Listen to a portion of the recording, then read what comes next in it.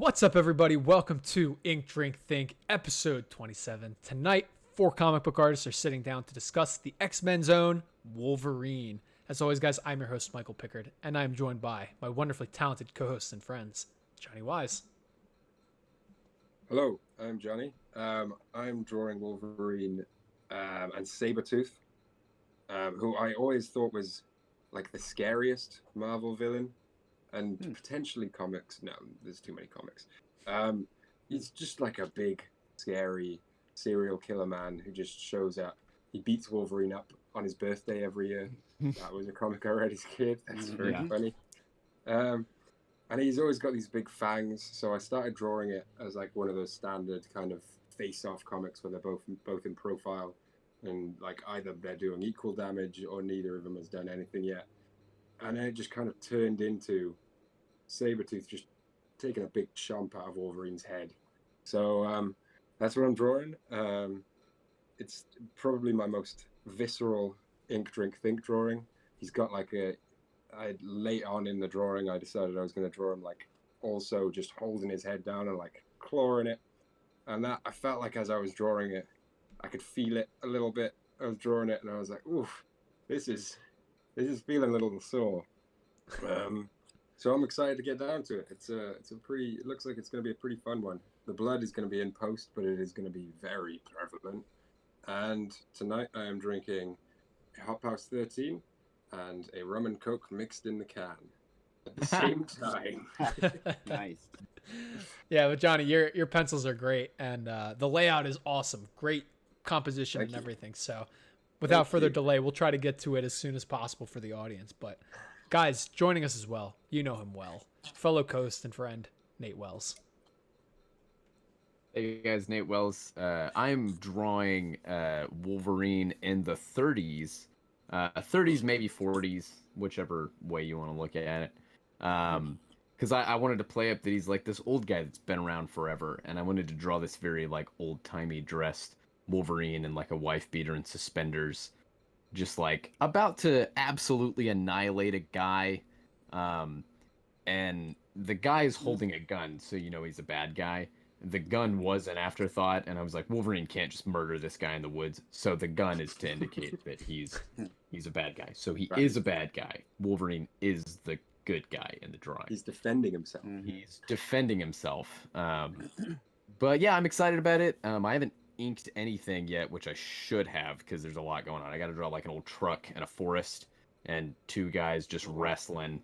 And one of them is about to die in the woods. Yeah. But yeah, super excited. Wolverine's one of my favorites. And I am drinking tonight a Lone Star beer, fine beer, out of my Pinewood Public House pint glass, local beer joint here in Waco. Please sponsor the show. But man, it's looking great so far, and I know everybody's gonna freak out when you turn it around and show it. But right, guys, fellow co-host and friend, last but not least, the man who is older than any of us, not as old as Wolverine though, Todd Blackwood. You never know. I might be. This is an old drawing that I started a long time ago of Wolverine, that I've always meant to take into digital and color. And I'm glad that we came up with an excuse to do it. There is a background. I don't know where it just went. I think it turned into a clipping mask or something. So, but he's in Japan. There's a big cherry tree behind him. It's really simple. I was thinking about maybe putting like a Japanese temple or something in the background, but I'm kind of making it up as I go along. Well, he is a weeaboo. What's up? He is a weeb. Yeah. It's a very traditional Wolverine. I actually came up with my own design for his costume. Mike, I'll send it to you when we do this episode. But where it's he's much shorter and stockier. This is much more traditional. I don't know, John Byrne maybe inspired, something like that. Who's great. Somebody we should talk about, I suppose. If we want to talk about, Wolverine.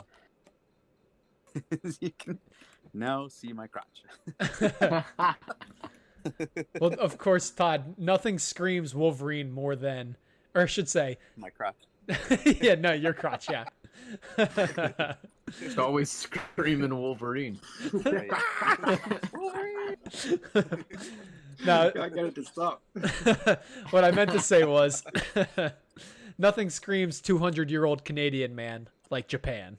So Right? Yeah. this piece is perfectly up Wolverine's alley. And the pencils are great. The costume design is really great. And I'm super excited to see you bring out the pink of that cherry blossom. But guys, without further delay, I'll get to myself real quick. Like I said, I'm Michael Pickard. I'm also drawing Wolverine tonight. He's killing some mercenaries in the woods. There's a lot of blood and guts. Referenced a lot of Ryan Otley to understand what to do with blood flying through the air. Yeah. So hopefully I do a good job, but this piece is massive. 11 by 17 and horizontal.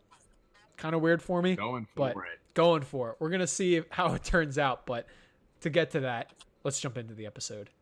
So guys, to start off the episode, I'm going to ask you if you could make one change to Wolverine's character, whether it's physical or character-based, what would that change be?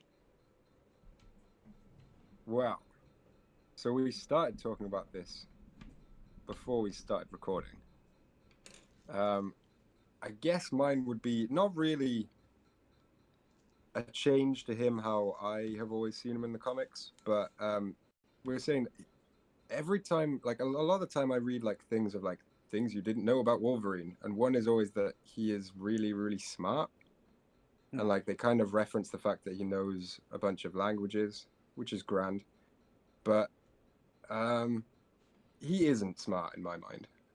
That's kind of the appeal to me, is that he's kind of a grumpy idiot who has lived for ages but has not really got any smarter, because he just spends all of his time just killing people and like nearly dying and just clawing. He's just all about knives. He's just a knife guy. Good knife. He's not boy. smart. He just likes stabbing people with his hand knives. Yeah, Johnny, I'm right there with you. I think it's weird to think that, like, just because he's lived for so long, he'd be that much more intelligent, because we all have a finite level of information we can retain, you know? Yeah, I mean, like, I'm a fucking idiot. It doesn't matter how long I live. yeah, exactly. Who knows like an old man that's like, no, I want to learn some new stuff. Yeah. Ha. Yeah, You know? exactly. Wolverine's so old, he's going to go to Japan. I'm surprised he even learned the language. Old people don't do that. They go there and just shout English louder. Yeah. That's what he's doing. Yeah, he's not like, well, maybe I should learn some, some new stuff while I'm here. No, he's like and he's not like an old guy. He's not like Dr. Manhattan goes to this like new plane of existence, and so he learns everything about everything, or just knows everything about everything. Wolverine's just like Clint Eastwood in Gran Torino. Yeah. He's just like kind of ready to die the whole time, and he's like, damn, I'm still here. My great grandpa used to wake up every day and just like go, well, woke up today. I feel like that's what Wolverine does every day. Yeah, for sure. And he's kind of like, damn it. Yeah. I'm awake. I think he's kind of a one-note character, and I think that's the real challenge of him, which is one thing I don't agree with in general is just how way too spread thin he is. And when he went from being this character that was not around a whole lot to being in everything, because there's only, you guys, I think we've talked about this before, you guys know that they were actually going to get rid of him early on because they couldn't figure out what to do with him. But John Byrne, being a Canadian, was like, you're not going to do that. He's to the only Canadian on this team. And that was one of the reasons why John Byrne decided he was going to kind of, emphasize, we really probably owe a lot of the success of Wolverine to John Byrne taking an interest in him. And decided to really play him up as a character. And then, of course, Frank Miller did that miniseries where I think they were, again, trying to figure out what to do with him and came up with this sort of samurai approach. But it's, it's being super intelligent, but also having a hair trigger temper is kind of a strange thing. I'd like to see him a lot more like the caveman in Primal. You know what I mean? Like Like, that guy's really smart, but he's still a caveman. You know what I mean? Yeah. It's like he's in survival mode the whole time. So he's intelligent for what he is. But what he is not very nice. Yeah, that is. Yeah, there you go. Wolverine like is one character that if Marvel called me and said we desperately want you to do Wolverine, he is one character I would totally draw a blank on. I really, really can't say I know what I would do with Wolverine at this point. Oh, really? But you don't have to write it, right? Or are you talking about writing? Like, in an ideal setting, if they were like, what would you want to do with, like, other characters, I know how I would want to do it and have my approach. And Wolverine is, I would genuinely be stumped. I'm sure I could come up with something because he's such a great character if I really had. I mean, Marvel's not going to call me to ask me to do Wolverine, but like Daredevil and Spider-Man, I have a story I want to do. I don't think it'll ever happen, but I know what would happen if I got my way with them. Let's put it that way. If you had your way with him. That's interesting, because Wolverine is one of those characters that I feel like I would know. Like, I don't have any stories, like, in my head or anything for him, but I feel like I would know how to treat him more so maybe than other characters. Yeah, me too. Because he is so normal. Yeah, he is really one note. In, like, a way I like. Yeah. Yeah, I feel like like I said, I don't have like a Wolverine story in my mind, but I feel like I know the kind of story generally that I'd want to tell with him. I don't really think of Wolverine as part of the X-Men team. I think of him as an X-Men character in that universe, but my ideal Wolverine, when I just think about the character, he's by himself in the Canadian wilderness. Yeah, same, 100%. I was gonna bring this up actually. I don't. Most X-Men comics I've read, which is not a lot, I always just feel like Wolverine fundamentally does not work in that team because his power, other than healing, is stabbing. Yeah, right. And usually in an X-Men comic, they can't show that. They can only really do it in his standalone stuff. Yeah. I mean, fine if he's going up against like robots and stuff, but he's a very inherently in his character. He's just like incredibly violent and kills people. It's a cheat to have him fight robots when it really comes down to it. Probably. Yeah. I always feel like I'm being cheated. Yeah. Yeah, Johnny, that's a great point, because like that was one of the things I was struggling with in this episode was like, do I draw him killing people or killing robots? And the X-Men are really a humanitarian group compared to, the Avengers or Fantastic Four for that matter. Like their whole basis is to bring peace between two people, and a guy with knives going around cutting people up isn't really ideal for that. But I think he could be cool in Alpha Flight. Personally, I love. I can see it. Yeah, I can see that. Yeah, that would be good. Back in Alpha Flight. And I don't know what's going on with Alpha Flight these days, but I would say Alpha Flight is a good example, maybe, of a team or a bunch of characters that are kind of blank slates, and somebody could maybe come in and do something really interesting in the same way that Frank Miller did with Daredevil. They are kind of John Byrne's characters, so that would be a little weird, but like, it's not the sort of thing that anybody would be in an uproar over, I would say. Marvel doesn't care. Yeah. Well, if it sells and it's interesting. Like, I'm kind of surprised like Grant Morrison or one of those type of guys didn't try to take over Alpha Flight. Or maybe they did. I actually haven't paid attention, so I mean, who knows? That also made me think, Todd, when you were talking in the beginning there about like taking characters to their roots. Yeah. That's a big thing I would change about Wolverine actually, is his healing factor. Yeah. I would now make like, I haven't read modern ones. I haven't read a lot of recent Wolverine stories, but I kind of liked it where he could heal fast, but not like. There's the panel from the 90s, or there's the page from the 90s where he like gets hit by a car, and then before he hits the ground, his body is fully repaired. Where's the fun in that? Yeah, that's not fun. Huh. He's just scrappy. I don't know. He should be very grounded. Yeah, he should be grounded. You're right. And if he can heal anything instantly, he isn't. He's like Superman.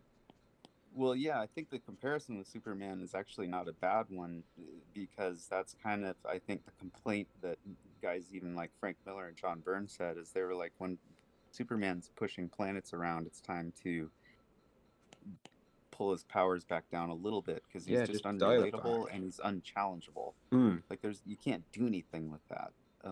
It gets too outlandish. He's gonna have to push planets around in every issue, and like, where you go from there. So like Wolverine running around with like Captain America and Nick Fury, I think is in theory a really good idea. Mm. That kind of thing. I also think he's too old. I disagree with this whole origin that they came up with about him being James Howlett or whatever they call him. Oh yeah. You know, World War II old is great, but you know, Civil War, I mean, personally, I totally disagree with that. If Yeah, that it had been also the original intention of the character, I would probably feel differently, but I will make a wild guess that that is not at all what Claremont or Byrne originally planned for him. I would I be could be wrong. surprised. Yeah. Yeah. It also it might just be because, you know, it was what I grew up on, but like on that subject, just don't give him an origin again.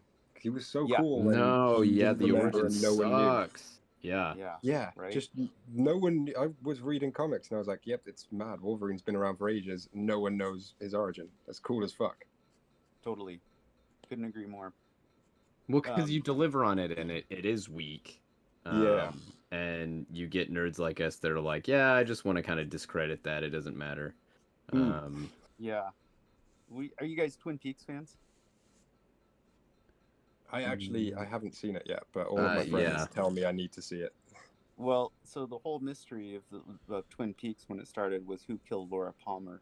And the reason I bring it up is that you were never supposed to find out who killed Laura Palmer. That was David Lynch's original intention.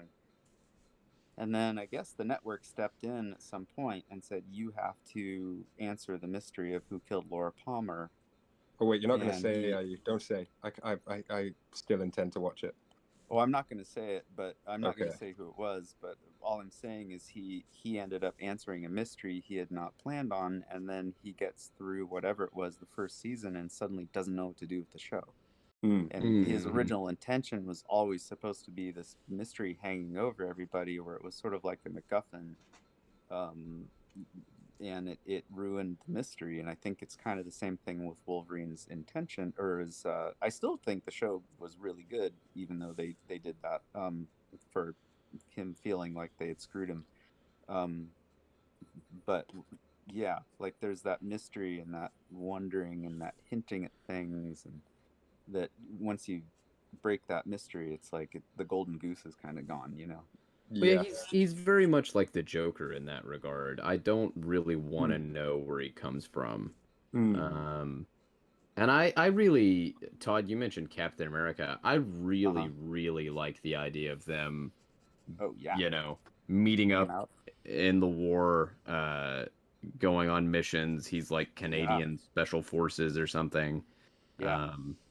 And that's amazing. Yeah, that's always good. And that I was really like John how much Byrne Wolverine loves Captain America as well. To do that.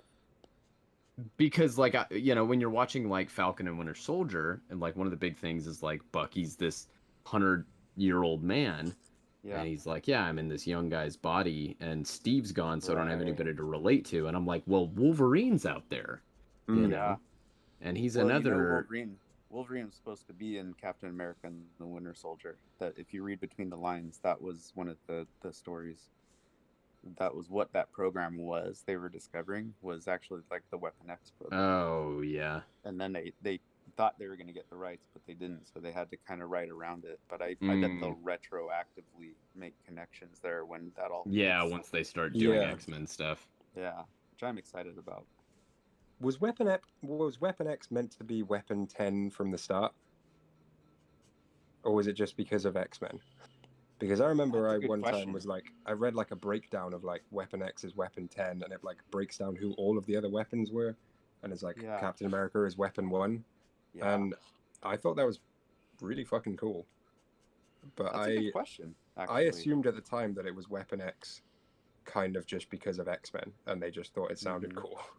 I feel like probably that's it, but I do like the idea that he's part of this larger tapestry of sort of like super soldier-esque characters.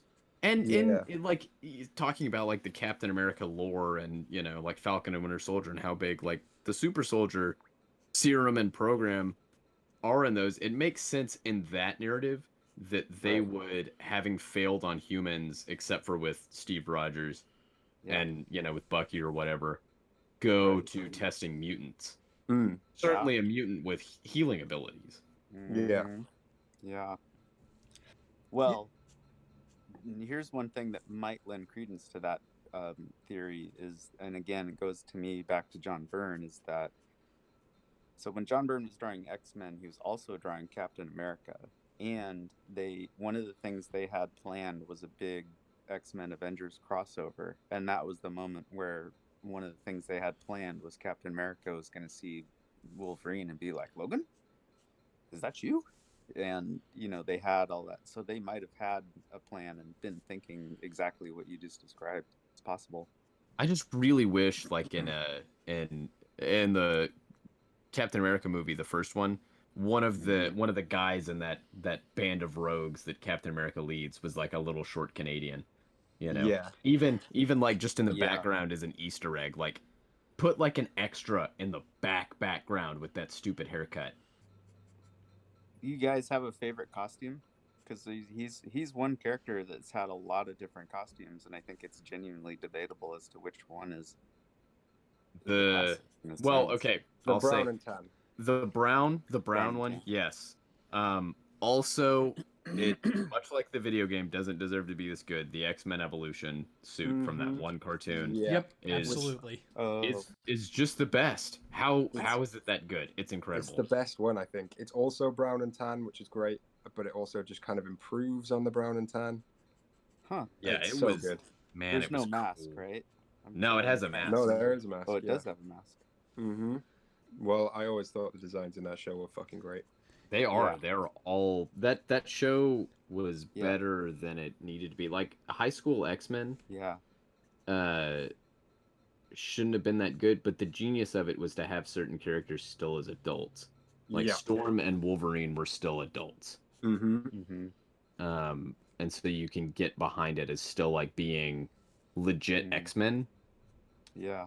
You know, it wasn't just like Muppet Babies or something. Yeah, because do you guys remember the Iron Man series where he was a teenager? Yes, I never watched it, but I remember that it had come out. I didn't watch it because I was like, no, that's dumb. He's not a teenager. Yeah. But the X-Men Evolution series, I could take seriously because, you know, Professor X, Storm, Wolverine were all adults. Magneto and Mystique were adults. But just the rest of the characters were younger, and I was like, I can just take this as their younger adventures, and I dig it. I thought it was weird that they went to another high school, even though they live at a school. But you get over that. I just took it as like they go to mutant school at night. Yeah, that was not something I questioned until we spoke about it, and I was like, oh yeah, what the fuck was that about? Why did they go to school? Yeah, but oh well. Interesting. And Toad was at the school. Oh, that was a great show. Toad was there? Yeah. That guy who makes earthquakes, what was his name? He was always hitting on Kitty Pryde. Oh, yeah. Quake, wasn't it? Quake, yeah. I think it was Quake, yeah. The X-Men Evolution theme, not to go back to that for too long, was also really good. I don't remember it now, because all I can think of is the 90s one. It was like another electric guitar. I was like, now. Oh, I do remember now. That was all you had to do. Yeah. Yeah, that was great as well. That's awesome. Yeah, I never watched any of that stuff. I was a snob. Oh, it's good. I'm going to rewatch them tomorrow. I think it's all on Prime, maybe. I think it's on Disney it's all on Plus. Disney Plus, yeah. Yeah. That's it. Yeah, I've got Disney Plus as well now. Because I did start, I've been catching up on all the Marvel, trying to catch up on as much of the Marvel animation as I can, because I actually realized it's actually good. But I was so in love with everything Bruce Timm was doing that I found just about anything else at the time unwatchable. Yeah, I can see that. Yeah. I mean, the X-Men show doesn't look that great when you're thinking, you know, Yeah, Batman was also coming out. That, yeah. Like the Avengers, there's a couple Avengers cartoons, and I'm really enjoying those. Yeah, do you guys know the like the older X-Men cartoon where Wolverine had an Australian accent for no reason at all? That's funny. I was just about to say. No, what? Yeah, Yeah. I totally remember that. It's hilarious. Well, there was a Spider-Man cartoon, and they had a they guest starred the X-Men for like maybe the last episode. I'm trying to think, and I almost want to say maybe Wolverine wasn't even in it. Like they just did not know what to do with those characters for such a long time. Maybe he was. That's really hard to believe if he wasn't, but it's pretty weird. And that wasn't the one you're talking about, I think. Then they actually had a pilot that they did. Yeah, I think it was just a pilot. It was a pilot, and I remember seeing it, and then I want to say it disappeared. And it was a while before X-Men finally came out as a cartoon. But I was like, did I just see that? Where's more of it? That was cool. You know, at the time I think Wolverine was wearing the brown costume in it. Probably. I think. Like in my head, for some reason, that accent made sense at the time. It wasn't until later you don't I really realized notice it, like as a kid. But eventually I was like, wait, why is he Australian? Yeah. He's got a Canadian accent.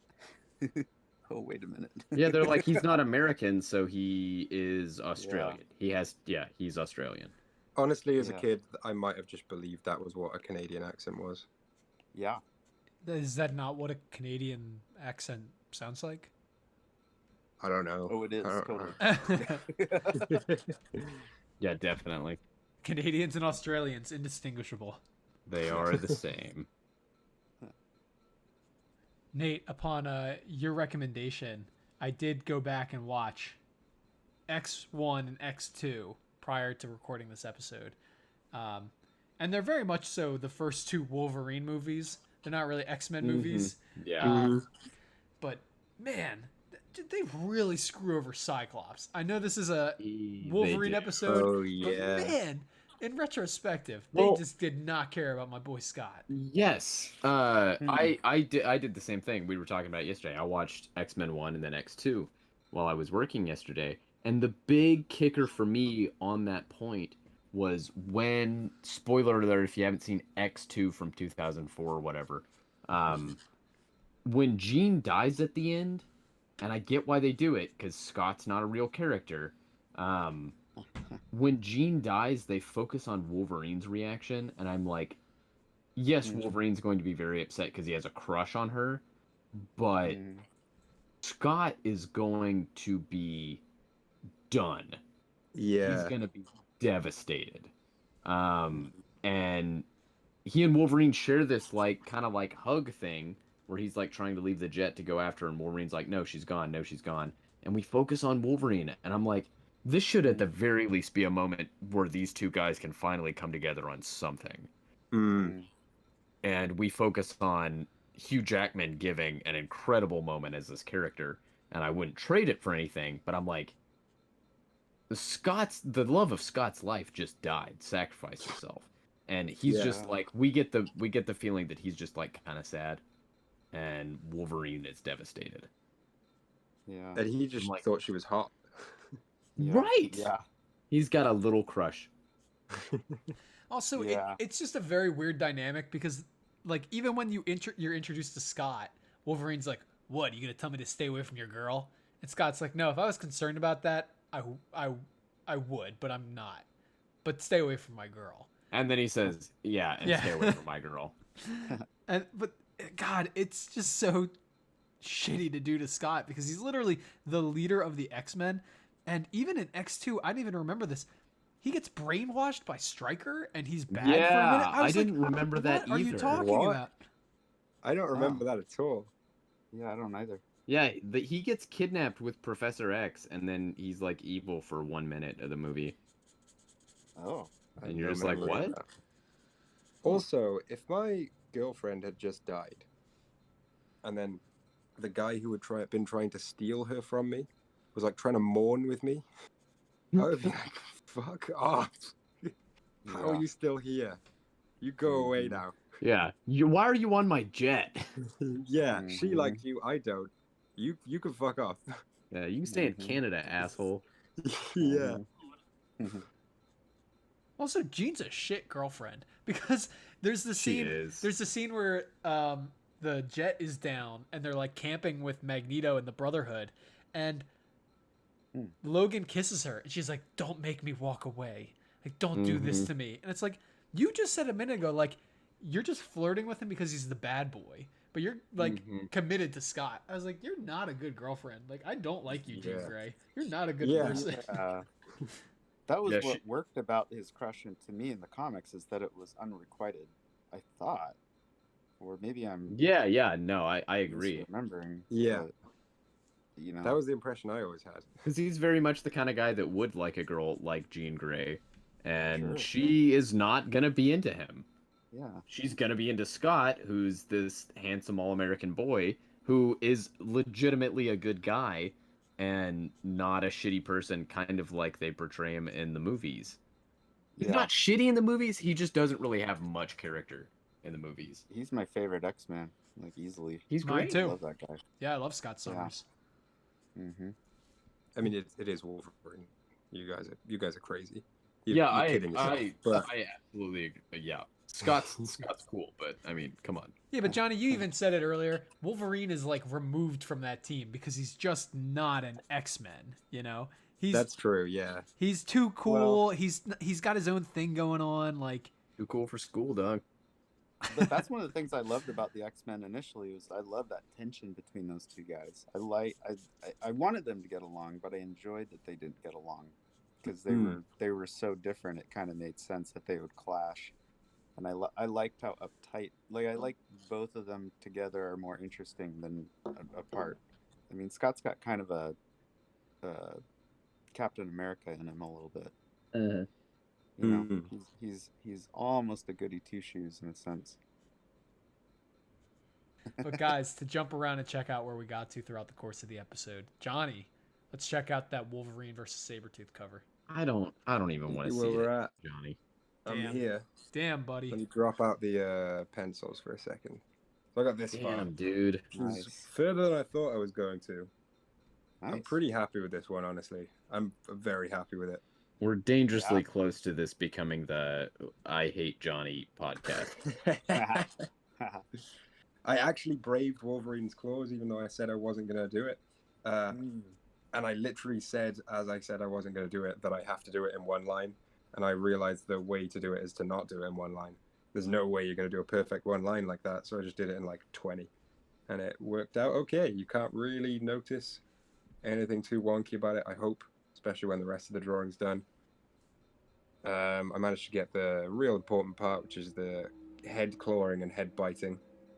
That's all I really wanted to get done, and I got that done pretty early. So That's good, dude. I'm pretty happy with it. Thank you, man.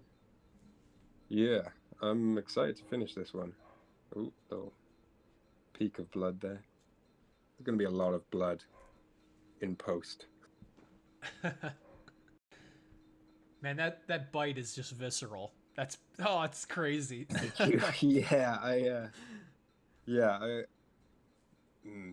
I also wanted it to just be even worse because Sabretooth is also just all clawed up. Like, they're just fucking each other up. That's what they do. That's what they do. That's all they do. I'm gonna set that this is on Wolverine's birthday. On his birthday every year. Gets a good chomp on his birthday. It's a good chomp on his birthday. Oh man, poor guy. Just every year, like the X-Men are just celebrating his birthday in his house, and he's just like, I gotta go because the Wolfman is gonna turn up and try and kill me again. I have a thing with the guy. I have an obligation. It's a family thing. You know, my family's got this weird birthday tradition. It's too much to get into right now. I don't want to know. I have to almost get killed every year. By my dad brother, whatever he is. By my dad brother who's gonna bite my head. Yeah, I like the Wolfman description. That's pretty good. He always seems very Wolfman-y to me. Oh, totally. That's part of, I think, why I always thought he was the scariest Marvel villain. Oh, he's Just totally scary. subconscious associations with the Wolfman. Yeah, and he Because I was works good definitely afraid scary. of the Wolfman as a kid. Really? That's interesting. Yeah, or like just werewolves as a concept. Yeah, I think they're more scary. I think they're more scary than people realize sometimes. I think they're kind of underrated. Yeah, and it gets down to the thing that I always found scary about Sabretooth is like he's not like a. I mean, me and Mike talked about this as well in the chat. Like he's not like a vampire or anything. He's just gonna bite your neck and then you're done. Like he's just he's a horrible animal. He's just gonna He wants fucking to rip you eat you. apart. Yeah. He wants to Yeah. eat you, tear you apart, and he's gonna like really like it the whole time as well. Well, you know, I think last week we talked about opposite numbers, and I think he is one of the classic opposite number villains and a great example of what is awesome about an opposite number, in my mind. Yeah, I don't know. I don't always love it, and for Sabretooth it works so well. Probably because what we were talking about earlier with Wolverine being kind of one-dimensional. Like it works so well for him to just have a scary, very similar character. Just him, but scarier. But Johnny, this is coming out great, man. Absolutely Thank you, stellar. buddy. Absolutely stellar. And the fact that you're putting in this plaid detailing now is just making me want to vomit. So we're going to move on. Get away from you because you're going to make me really angry.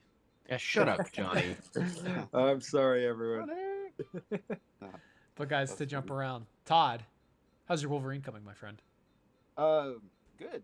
It's bringing back a lot of memories because this is a drawing I tried to do, like I said, digitally, and I struggled, like I hit walls, and I was like, oh my god, I don't know what I'm doing. So it's interesting to I think what I mean is that I know my process is really starting to streamline, and I'm not hitting walls like I used to, and I know this is going to be kind of hard to see at first, maybe because it's all in layers, so I gotta whittle some things down, but that's what I got so far. And one place I get into trouble is when I forget lighting, so I have to make sure or keeping my lighting consistent. Directionally, you mean? Oftentimes when like when my drawing, I'm like, what is wrong with my drawings? Because I didn't pick the light spot and I didn't make it consistent. Like that Catwoman drawing I did last week, I almost did that with that, where I realized the bed had the wrong light direction coming from it, and I caught it luckily before it got away from me. But there was a second where that drawing almost got away from me, and I hate it when that happens. But that's why digital is great, because you can turn around and fix stuff. And I make a lot of mistakes, so. But I'm very excited to finish this one. This is a drawing I've liked for a long time, and it's other than Batman, Wolverine's so fun to draw. This is much more traditional than I usually draw in some ways, so I'm curious. Sometimes I really go off the rails, as you guys know, from my pencils or other people's pencils, and this I'm kind of following my own pencils pretty carefully instead of ignoring them or not ignoring them, but like playing fast and loose, I guess. Well, now all of our interests are piqued. But Todd, it's turning out great, man. Thanks. I appreciate that. You guys are always really supportive, and I really appreciate that of all of you. Oh, too sweet, Todd. That can't be cut. That's in the final cut of this episode. That's that was definitely too sweet. It's true. But guys, to jump around. Nate. Yeah. How's Wolverine coming? I got farther than I had planned on. I got a little bit of the forest drawn behind him, and I really wasn't planning on getting to any of that. I really just wanted to do the figures. And I still have some more work to do on them, but I wanted to take a break and start doing a little bit of the truck and a little bit of the foliage. I can't decide how many branches I want or how dead I want them to be, if I want it to be winter or spring or summer or whatever. But we'll figure that out. And I think I'm going to have to redraw his claws because I realized I drew them and then I had this bush that was a black shape behind them and I can't color in the lines. So, But yeah, I'm liking it. I'm liking it so far. I also want to switch to another brush to do this. I'm not digging this. Yeah, you got very far, man. You're like nearly done. Yeah, I was not expecting to get this far, but here we are. And yeah, I'm liking it. Surprisingly, usually when I work this fast, I go like, oh, why didn't I slow down? But Yeah, it's looking yeah, I'm great. digging it. My brush is getting super dry though, so I need to like clean it off and take a break. Yeah, your brushwork's getting masterful, dude. Oh, thank you. I mean, it's fun to watch and see where it goes. Because I think you're, I'm there's a compliment when I say I think you're just gonna keep getting better and better. Thank you. Yeah. Yeah, I appreciate that. Sadly, I'm gonna have to disagree with Todd on that one. Yeah, sure you are. What a nice guy, Mike. I'm the best at what I do, and what I do isn't very nice. It's not very nice. Yeah, we know. Asshole. No, man, it's looking great. I really love the tree texture that you've done here. Yeah, thank you. I did it a little bit with the brush, and then I went in and emphasized it all with whiteout, and I think that brought a little bit more of that like kind of aspen tree look out of them. I don't know if they have aspens up there, but we have them down here where there are mountains. So, well, maybe he's in Texas. Maybe it's not his Canada days. Yeah, it could be like in New Mexico or something. Yeah.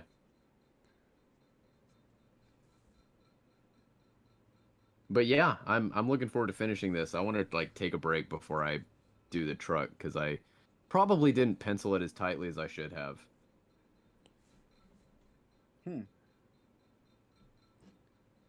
That's sort of the challenge I'm coming up to myself, is not having penciled tight enough. I always think I've done it. Is that right? Yeah.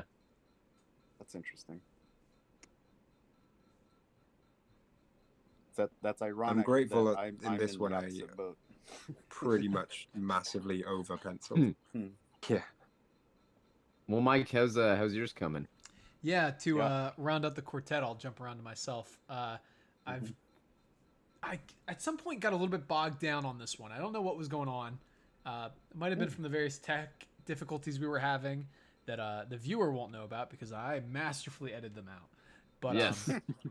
Oh, those guts, dude. Yeah, I actually like this whole central area. So in the rewatch, you'll probably see like I spent a lot of time on Wolverine himself and on this frontal mercenary, and trying to figure out like the guts and everything that were going on and like the splatter and like where the shadows were being cast. And that's kind of one of the things I was just touching on. Like I probably could have penciled this area in particular, the guts and this mercenary, a little bit better. Wolverine, I'm pretty proud of at the moment. I think he's looking okay. He does look good. But yeah, the guts and the blood, I'm trying to work right now, and hopefully I'll be able to salvage a little bit. But yeah, I started to move around into some of the foliage into the background, which is getting kind of sketchy, but I'm okay with that. I don't think this one necessarily, for its scale, needs to be like super refined at every level. So like this whole area is really tight where like these bushes are and the mercenary, but then I've got like very scribbly grass and rocks down here, which I'll probably leave. My intention is that definitely works for the scale, I think. Yeah. Thank you. My hope is that as it goes up, I'll probably get a little bit darker with the trees, and kind of have it like be a little bit lighter down here. But those, of course, still be blacked out areas with Wolverine and whatnot. But hopefully it'll have kind of like a circular movement to everything. Like I penciled the trees to kind of have like a ring shape to the whole composition, like with the arm here. Like the tree leads into the arm, and the blood comes back up to Wolverine, and then this tree is like hooped this way, right? So I'm hoping the readability is good when it's all done, but I'm still kind of hesitant. This weird, like long horizontal 11 by 17 is tripping me up at the moment, but I think this is one of my favorites of yours, man. Oh, thank you. Yeah, I'm really liking this one. Yeah, same.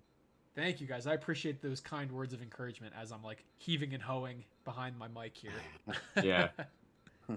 But guys, with that all said, that just about wraps up this episode 27 of Ink Drink Think.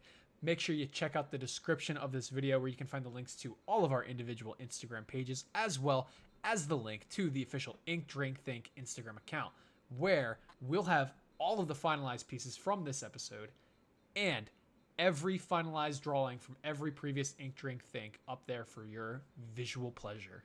Guys, check out the comments below. Let us know what your favorite Wolverine costume is. It should be the brown one, but if you disagree, should be the brown one. Yeah. We'll delete your comment and you can retype the brown one. Thank you so much for tuning in. Make sure you go check out the previous 26 episodes of Ink Drink Think. They're a lot of fun. Until next time, I've been your host, Michael Pickard, joined by my wonderfully talented co-hosts and friends, Johnny Wise, Nate Wells, and Todd Blackwood. We'll catch you guys in episode 28.